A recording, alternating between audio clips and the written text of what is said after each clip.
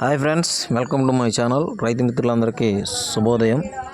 ఈరోజు వేసవికాలంలో నేను వేసిన తీగజాతి కాయజాతి కూరగాయలు మీకు చూపించడానికి నా ప్రయత్నం చేస్తున్నాను. నేను ఫస్ట్ టైం నేను వేసాను అనమాట.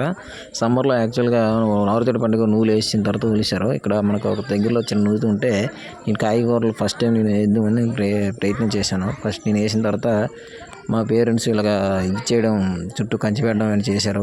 చూడండి, కొంచెం వెడల్పుగా నేను యాక్చువల్గా 2 మీటర్ల డిస్టెన్స్లో తాయర్లు పెడతారు, కానీ నేను దగ్గర ఒక 5 మీటర్ల డిస్టెన్స్లో పెట్టి మధ్యలో గోంగూర, తోటకూర అలాగా ప్లాన్ చేద్దాం అనుకున్నాను.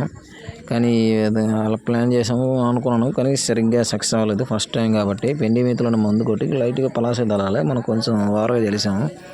కలుపు మొక్కలతో పాటు రావడం కూడా అలా జరిగిందనమాట. ఇప్పుడు ప్రజెంట్ అయితే ఇలాగ ఉంది. దీన్ని ఇచ్చేసి కొద్ది యూరియా వేస్తే డెవలప్ అయ్యే అవకాశాలు ఉన్నాయి. అన్నీ నష్టం అవుతుందో తెలియదు, లాభం వస్తుందో తెలియదు, ఏం వస్తుందో తెలియదు. ఒక బిజినెస్లో పెట్టుబడి పెట్టిన తర్వాత నష్టమో లాభమో తెలుస్తుంది, కానీ ఇది ఎటు పోతుందో అర్థం కాదు. ఒక 5,000 ఖర్చు అయింది అనమాట. అయినా అన్ని మొక్కలు వేసాము.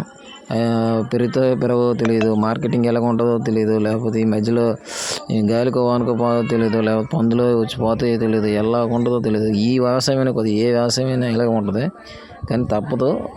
మన పని మనం చేసుకుంటూ వెళ్ళిపోవడమే. అటువంటి పని ఈ వ్యవసాయం.